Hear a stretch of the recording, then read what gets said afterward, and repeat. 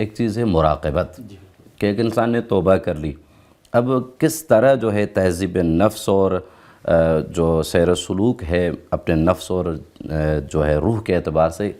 اس کی کیسے مراقبت کرے، یہ مراقبہ کیا ہے؟ جی بالکل، بہت خوبصورت سوال ہے، چونکہ منازل تو بہت زیادہ ہیں ان تمام سیر و سلوک اور تہذیب نفس کے سلسلے میں، ان تمام سے ہم تفصیلی گفتگو تو نہیں کر سکتے لیکن مراقبت کے حوالے سے جو آپ نے اشارہ کیا، مراقبت یعنی اس سیر و سلوک کے اندر انسان ہر مرحلے کے اندر، کیونکہ مراقبت کے پھر خود مراتب ہیں، درجات ہیں، ہر منزل پر انسان اپنی ان حالات کا، اپنے اعمال کا، اپنے کردار کی نسبت مراقبت کرے، یعنی محافظت کرے۔ مراقبت کی معنی محافظت کی ہے، لیکن کس نوعیت کی محافظت؟ اپنے اعمال کی نسبت محافظت، اپنے کردار کی نسبت محافظت۔ جب وہ خواب غفلت سے بیدار ہو کر توبہ کرتا ہے بارگاہ الہی میں، اب جب یہ حسنات کی طرف آتا ہے، نیکیوں کی طرف آتا ہے، تاکہ ان نیکیوں کے ذریعے ان گناہوں کا بھی جبران کر سکے، اور تو یہاں پر یہ جو حالات انسان کے لیے پیدا ہوتے ہیں، یہ جو بیداری انسان کے لیے پیدا ہوتی ہے، یہاں ضروری ہے کہ انسان مراقبت کرے یعنی اپنے ان اعمال کی محافظت کرے، یعنی اپنی توجہ کو بارگاہ الہی میں فقط خداوند متعال کی طرف مبذول کرے، اس کی طرف جو ہے وہ صرف کرے، اور کسی اور توجہ کو اپنی قلب اور اپنی دل کے اندر جگہ نہ دے۔ تو لہٰذا مراقبت کے حوالے سے ایک تفصیلی گفتگو ہے، میں فقط اشارتاً ایک نقطے کی طرف اشارہ کروں گا کہ خواجہ عبداللہ انصاری کہ میں نے پہلے بھی عرض کیا تھا کہ ان کی کتاب جو منازل السائرین ہے، جس میں سیر و سلوک کے منازل بیان کیے گئے ہیں، تو وہاں پر خواجہ اسی مراقبت کو سیر و سلوک کے منازل میں سے بیان کرتے ہیں کہ یہ ایک منزل ہے۔ اب ترتیب کے اعتبار سے چونکہ بہت ساری منازل متعدد نوعیت کی ترتیب بیان کی گئی ہیں، یہ ان منازل میں سے بہرحال ایک منزل ہے۔ مراقبت کی معنی کرتے ہوئے خواجہ فرماتے ہیں کہ المراقبۃ دوام ملاحظۃ المقصود۔ مراقبت کیا ہے؟ مراقبت یہ ہے کہ انسان کی جو خداوند متعال کی طرف توجہ ہے، یہ توجہ دائمی رہے، یعنی انسان اس توجہ کو ایک تسلسل دے اور ہمیشہ اس ذات پروردگار کی طرف اپنی توجہ کو مبذول کرے۔ تو لہٰذا یہ مراقبت کی خواجہ نے تعریف کی، یعنی توجہ گویا استمراری ہو۔ جی بالکل، استمراری ہو، تسلسل ہو اس کے اندر، اور پھر جو مراتب بیان کیے ہیں اس مراقبت کے لیے خواجہ نے اپنی اس کتاب کے اندر، میں فقط ایک مختصر اشارہ کر دوں ان مراتب کی طرف، کہ فرماتے ہیں کہ پہلا جو مرتبہ ہے مراقبت کا وہ یہ کہ مراقبۃ الحق فی السیر الیہ علی الدوام، پہلا مرتبہ کہ ہمیشہ سالک جو ہے اس سیر و سلوک کا، تہذیب نفس میں جو انسان اپنے نفس کی تہذیب کر رہا ہے، اس سفر کے اندر انسان کی توجہ خدا کی طرف دائمی رہے، اور یہ کس نوعیت کی دائمی توجہ رہے؟ اس طریقے سے دائمی رہے کہ تعظیم مذہل،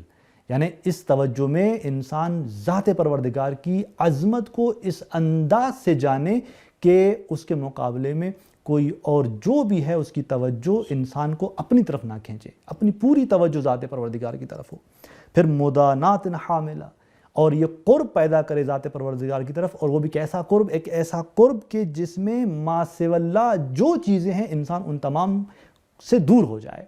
ان تمام سے انسان بے رغبت ہو جائے، اور پھر سرور باعث، کہ اسی پہلے مرتبے کے اندر جب انسان اس طرح کی دائمی توجہ اپنی پروردگار کی طرف متوجہ کرتا ہے تو پھر اسے ایک نشاط، ایک سرور حاصل ہوتا ہے، اور وہ سرور کیسا سرور ہے؟ باعث، جو اسے اسی بات پر ابھارتا ہے کہ وہ اسی اپنی کیفیت کو، اپنی حالت کو، جو ذات پروردگار کی طرف توجہ کی کیفیت اور حالت ہے، اس کو ہمیشہ کے لیے باقی رکھے۔ باعث، ابھارتا ہے یہ سرور انسان کو، یہ خوشحالی انسان کو ابھارتی ہے اس بات پر کہ وہ ہمیشہ اس طرح کی توجہ ذات پروردگار کی طرف رکھے۔ یہاں پر تو اور مرتبے بھی ہیں، چونکہ اتنی وقت میں گنجائش نہیں کہ ہم اس کو تفصیلی طور پر بیان کریں، تو لہٰذا یہاں تک یہ جو مطلب ہمارے لیے واضح ہو جاتا ہے وہ یہ کہ انسان سیر و سلوک کے ان منازل کے اندر مراقبت کرے، اپنے اعمال کی طرف نسبت محافظت کرے، اور پھر بہت ساری آیات بھی ہیں جو اس مراقبت کی طرف انسان کو ترغیب دلاتی ہیں کہ وہ واقعاً اس مراقبت کے مرحلے تمام سیر و سلوک کے منازل میں اپنے اعمال کی نسبت مراقبت اور محافظت کرے، جیسا کہ آیات کے اندر ہے کہ خداوند متعال لطیف اور خبیر ہے انسان کے اعمال کی نسبت، اور جہاں بھی انسان ہے خدا اس کے ساتھ ہے۔ اسی طرح جتنی بھی اس طرح کی آیات ہیں، یا جیسے کہ ایک آیت کے سلسلے میں علامہ طباطبائی رحمۃ اللہ علیہ فرماتے ہیں کہ عنکبوت کی جو 45 105 نمبر آیت ہے کہ واللہ یعلم ما تصنعون، خداوند جانتا ہے، آگاہ ہے ان تمام چیزوں سے جو آپ انجام دیتے ہیں۔ اس طرح کی جتنی آیات ہیں آقا فرماتے ہیں کہ یہ ترغیب دلاتی ہیں آیات انسان کو اسی مراقبت کی منزل اور مرحلے کے سلسلے میں، کہ انسان اپنے، یعنی دوسرے الفاظ میں بعض ارباب معرفت نے یوں بھی کہا ہے کہ مراقبت یعنی یہ کہ ایک تو انسان جو ہے اپنی توجہ کو ذات پروردگار کی طرف مبذول کرے، اور دوسرا یہ کہ انسان اس بات کا علم رکھے ہمیشہ کہ محضر الہی میں ہے، ذات پروردگار اسے دیکھ رہا ہے۔ لہٰذا روایات کے اندر جیسا کہ بعض نے اس روایت کو اسی مراقبت کے حوالے سے ایک شاہد مثال کے عنوان سے بھی لیا ہے، کہ فرماتے ہیں کہ پیغمبر اکرم صلی اللہ علیہ وآلہ وسلم کی جو تو نصیحتیں ہیں جناب ابو ذر کو، ان میں سے ایک نصیحت یہ تھی کہ یا ابا ذر، اے ابو ذر، اعبد اللہ، خدا کی عبادت کرو، کأنک تراہ، اس طرح کہ جس تم اسے دیکھ رہے ہو، فإن كنت لا تراہ، اگر تم اسے نہیں دیکھ رہے، فإنہ یراک، پھر بھی وہ، یہ بات اپنے ذہن میں رکھو کہ پھر بھی وہ تمہیں دیکھ رہا ہے۔ تو لہٰذا یعنی انسان اپنی توجہ کو فقط ذات الہی کی طرف رکھے، اور پھر خود ذات الہی کی جو نگاہ ہے اور جو توجہ ہے انسان کی طرف، اس توجہ کی طرف بھی انسان کی توجہ ہو کہ جو کام کر رہا ہے، جو فعل انجام دے رہا ہے، پروردگار اسے دیکھ رہا ہے۔ پس لہٰذا یہ تقویٰ کے مرحلے میں اپنی حفاظت کرے، یہ تمام مراحل جو سیر و سلوک کے ہیں اس میں اپنی حفاظت کرے۔ اور پھر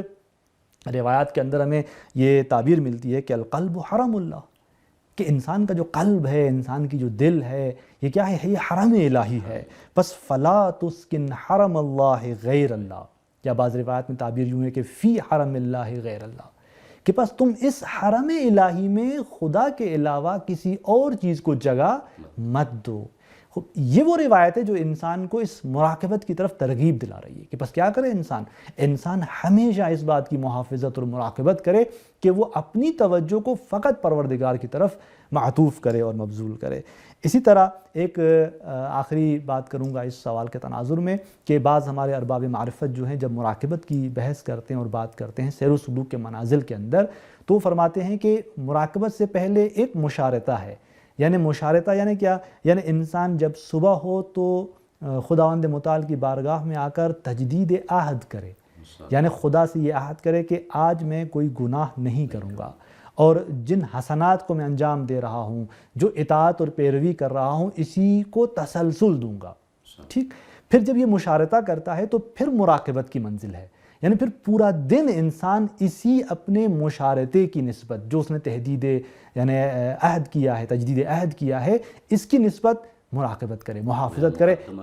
ایسا نہ ہو کہ پھر اس تمام دن میں، پورے دن کے اندر کہاں پر وہ کوئی نافرمانی کر بیٹھے، اس کی توجہ کسی اور کی طرف جلب ہو جائے، تو لہٰذا یہ مراقبت کرے۔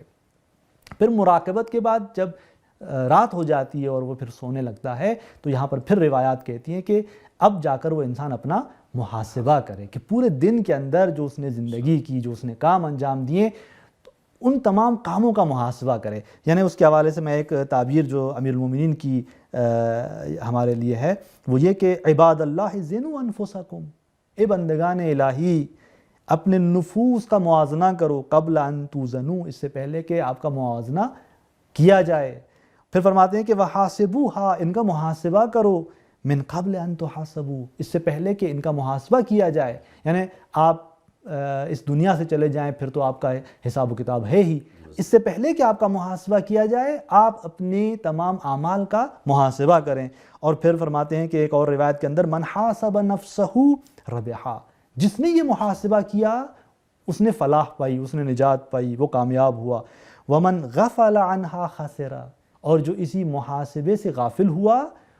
وہ اس نے نقصان اٹھایا۔ تو یہ اسی کے بعد پھر ایک اور مرحلہ اسی مشارطے، مراقبے اور محاسبے کے تناظر میں بیان کرتے ہیں، وہ معاتبہ ہے۔ اب انسان دیکھتا ہے کہ میں نے خدا سے یہ صبح میں تجدید عہد کیا تھا، پھر دیکھتا ہے کہ میں نے مراقبت بھی کی، محافظت بھی کی، پھر محاسبہ کیا۔ اگر دیکھتا ہے کہ نہیں آج کے دن مجھ سے کوئی کوتاہی ہو گئی ہے اس مراقبت کے سلسلے میں، تو یہاں پر معاتبہ ہے، یعنی انسان اپنے آپ کا مواخذہ کرے، انسان اپنے نفس کو تکلیف دے، اذیت دے، اور یعنی خود کو عذاب دے ان تمام کوتاہیوں کے سلسلے میں کہ جو اس نے بارگاہ الہی میں انجام دیے. تو لہٰذا تہذیب نفس کے اندر مراقبے کی یہ ایک بہت بڑی اہمیت ہے.